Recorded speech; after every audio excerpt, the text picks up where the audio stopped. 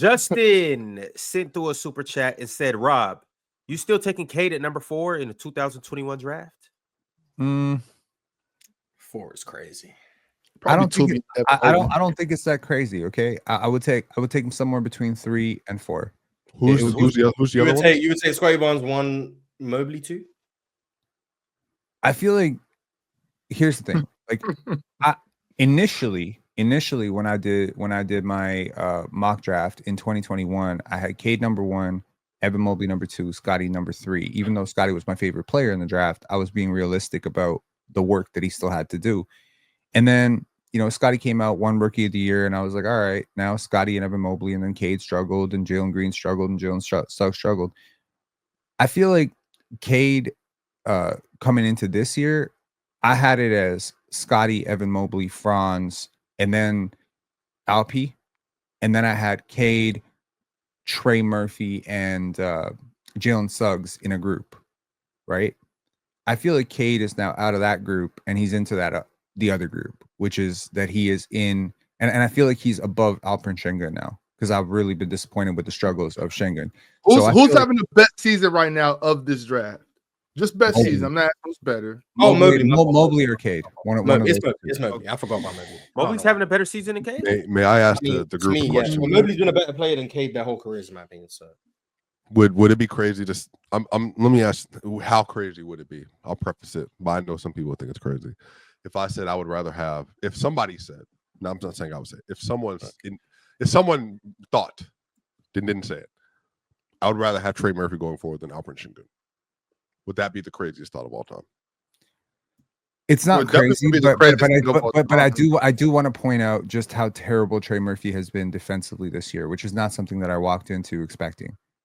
Like, he's been awful defensively. And part of the value of Trey Murphy not only is the athleticism and the portability, but also and incredible three-point shooting, but also that he was providing good value as a big wing defensively, which I don't really see this year. So that to me tilts.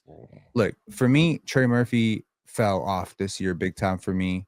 Alpi fell off a little. Fell off? No, not for me because again, I value defense a lot. One of the biggest reasons I docked Cade last year was because his defense was so significantly behind some of the other players in this draft class, right?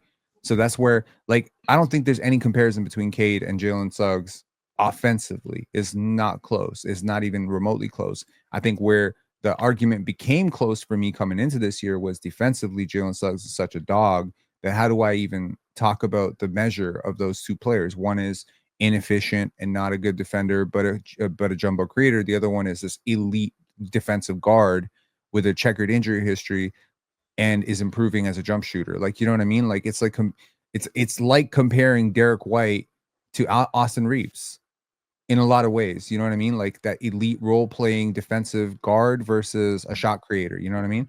Oh, you talking about isn't Franz better than Scottie too? No, I don't think so. But I could hear that argument for sure. Okay.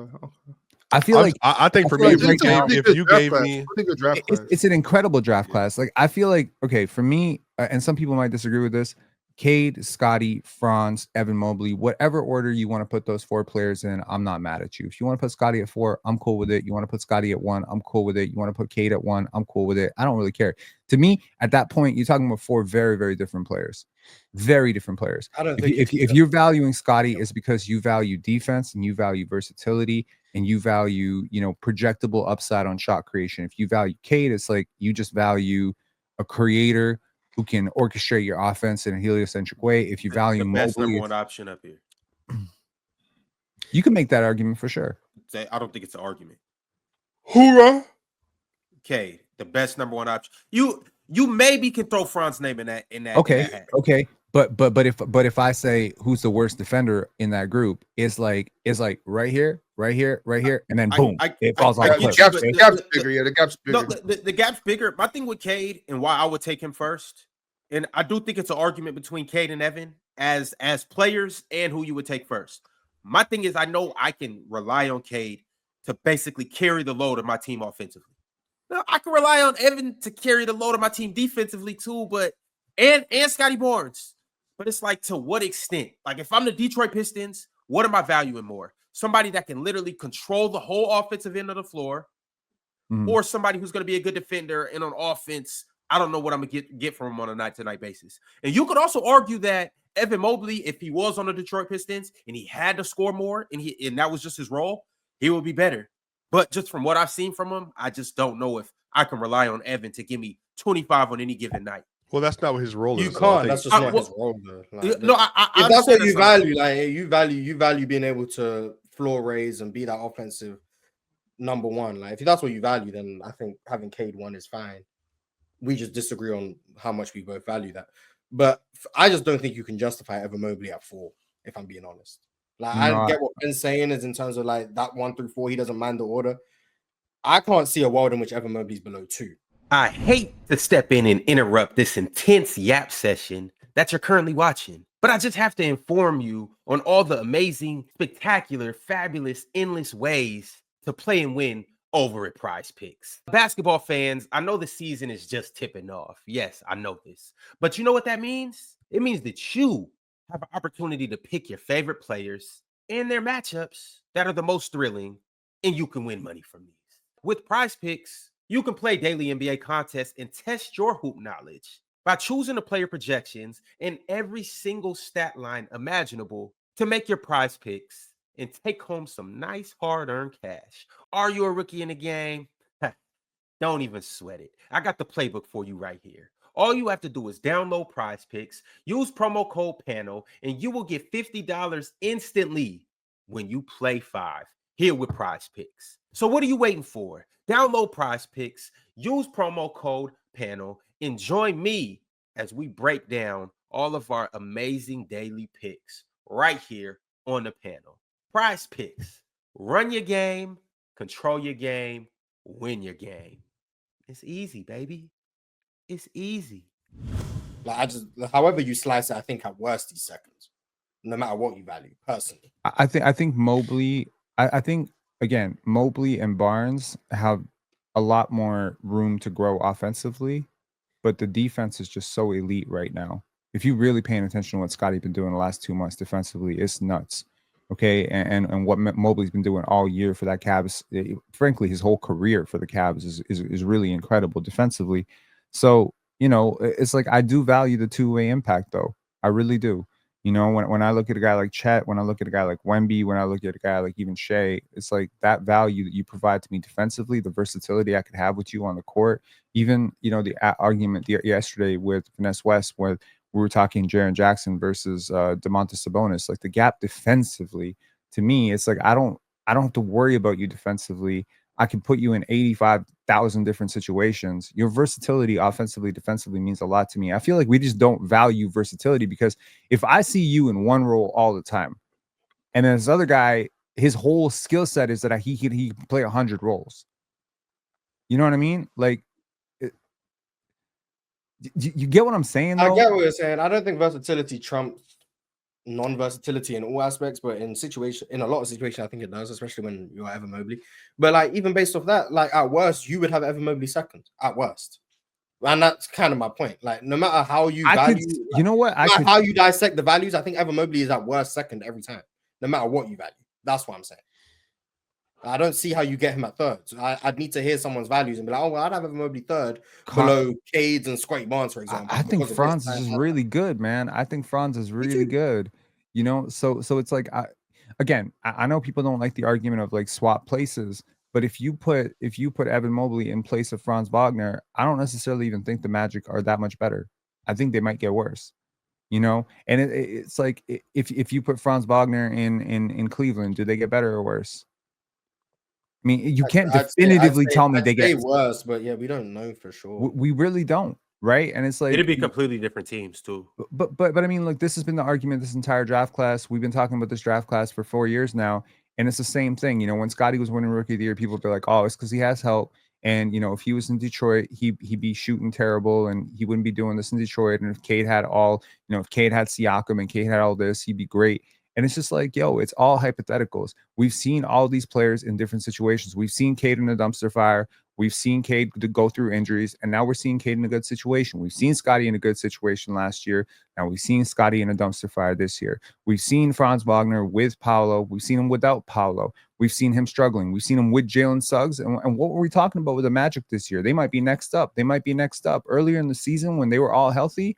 And again, like right now, we're talking about the Cavs at the top of the East. So I don't have any problem with you putting Evan Mobley up there because that's where he is right now. But next year, you get an injury or two, and suddenly they're plummeting down the standings. You might feel very differently about this. I feel like we need a couple more years. I know it sounds crazy, but I am confident that one of those 4 players will be the best player in this draft. I'm confident one of those 4. I gotta throw one more name out there. Jalen Johnson. Yes. Yeah, I was gonna bring him up. Yes. He might not be number 1, but he's not. But he has a strong case for number 5, I think.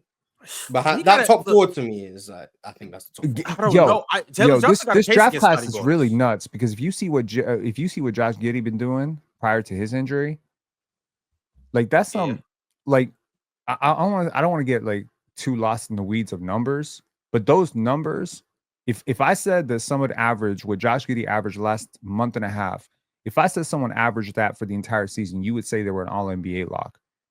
And that's a dude that's not even in the conversation for like the top 8, 9. Bro, he's averaging like 21, 10, and 9 or some shit like that. Like it was some crazy numbers. Okay. And y'all say numbers on a bad team. The Chicago Bulls are not that bad a team. And by the way, they just traded away their 2 best players in DeMar DeRozan and Zach LaVine, and somehow they're still holding water. It's because and by the way, those numbers are super efficient too. He's been shooting crazy efficient.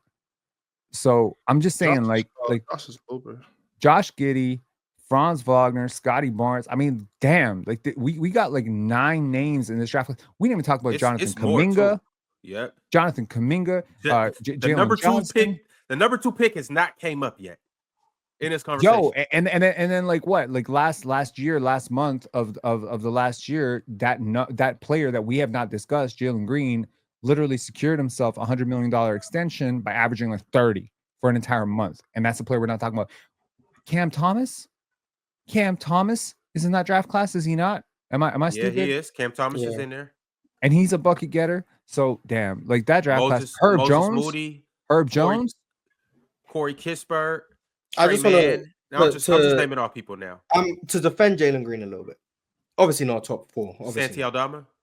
Jalen Green, but like we're at now a 50 game sample size. Well, 51. Jalen Green has averaged 22.5 points, and he shot 37% from 3 over the last 51 games. Go ahead, young fella. And he's wildly improved as a playmaker and a defender. Wildly improved. Now, is he great in those areas? No. So just want to say, Jalen Green is better than he was even 6 months ago. Like, the draft class is really good in my opinion. Like, I don't think there's anyone from the top, if I remember the order, the top 6 picks who is bad. That's quite. It doesn't sound crazy, but I think that's quite rare when the top 6 picks are all really good players. Top 7. I'm not gonna say. I don't think. You're higher on Kuminga now. Yeah, you're higher. But hold on. Do you think? But even then, I'll say you go down to 8, and you've got legitimate NBA players. And when was Zion Williams drafted? 9 or 10? He was 10. Davion Mitchell was. But even he's having like the best year of his career in Brooklyn. Like even Zion Williams having the best year of his career in Brooklyn. So like. Davion Mitchell having the best stretch of his life in Miami right now. Then you get to Josh Primo and them. So then it's but then it picks back up. You get Moses Moody, Şengün, Trey Murphy, Jalen Johnson. Trey Mann was 21, right? He was 18. Johnson was 21. The 21 draft. Yeah. Trey Mann was 18. Yeah, Trey Mann, he was good before he got hurt and is missing the rest of the season. Like Quentin Grimes, 25. Yeah, Quentin Grimes, Mr. 30 points per game. Like, this is a really good draft class. Hey. Really good draft class. Okay, so Austin Reeves undrafted. Yeah. This draft class might push 1996. 35 and 36. At 35, Herb Jones. James McBride. Yeah, James McBride, yeah. 38. Ayo Dosunmu in that second round. Yeah. 38, Ayo. 40, Jared Butler. Man. Good player. He's a good player. He been looking good for the Sixers. I mean, Mamu's in the 21 draft. Mr. 34 points in 20 minutes or whatever. He's in Mamu was 54. Aaron Wiggins is in the 21 draft. Aaron Wiggins is in the 21 draft. I know that. Aaron Wiggins he went 55. Yeah, I know he was Bronny's pick. Yeah, I remember that. I was like, oh, Isaiah Jackson. Pick, I always go to Aaron. Isaiah Jackson, Deuce McBride, Bones Highland, Daron Sharp. Don't forget Davion too. We said Davion. We talked about Davion. We brushed past him a little bit. We said he's been good in Miami. You just trying to bite my style right now and not listening to me like I wasn't listening get to him, Finesse West. What about Ayo Dosunmu? Ayo Dosunmu is there. We said him. Namus Keita. And then the Bucks missed a pick again, Isaiah Todd. But It's okay. They traded We gained a pick with Jericho Sims. Jaden Springer. 58. Jericho Sims. There's like nothing but this is a really deep draft. Keita for Boston. He's a good backup big. This is a really deep draft. Like you know what, y'all, you know what? I like Delano Banton too. Like I think he's a good player. He was giving Houston 30 last year. That was pissing me off. But Luka Garza, the best big one-on-one sniper in one-on-one in NBA history. If only he could defend, man. But like we're at a point where like there's legit. It's very rare a draft has like 10 legitimately good players. We could get to like the 16th pick and we're still drafting good NBA players. Like that's quite rare. Like you go K, no order, but you go like you just go down the list of the draft. K, Jalen by the Green. way, I would like to say that I have been proven right about Keon Johnson. I was right at the time when I said I think he can be a good player in this league. He can be a two-way guard at some point, and I have become right now because he's around a real coach in Jordi Fernandez. They have rebuilt his value with the Brooklyn Nets. He's had a really good year this year. Shout out Keon. And I'd say the same for Zion Williams as well. He's had that's what I'm saying. Both of them. Yeah, both of them. Yeah. But you know what? But Morris, my philosophy is if you're like 25 and under and you're a really good athlete and you've been in a crappy situation, I would take a flyer on you every time. Derek Jones Jr. Aaron Wiggins. Did we say? We said Aaron Wiggins. Aaron Wiggins. My bad. Keon Johnson, Zion Williams, and DJJ. I would take a flyer on all of them because all I got to do is put you in the right system, and you can figure out how to do something. And they all have. And now DJJ can pay $10 million a year because and it didn't start with the Mavericks. Remember with DJJ, it really started with the Bulls when the Bulls put him at that low man in the power forward role, and then he started closing out games with them as a defensive anchor next to Vooch. And then from there, he got a minimum guaranteed contract with Dallas, and all of a sudden with Luka, he's a two-way player, and he can rim run, and he can hit some spot-up threes. And now with the Clippers, he's helped them to have the top 3 defense in the NBA this year. Like I think players like that, Keon Johnson, Zion Williams, I think they can be fixed if they're smart enough, they're willing to do the work. This draft might have like 6, maybe 7 guys who make an all-star team at some point in their career.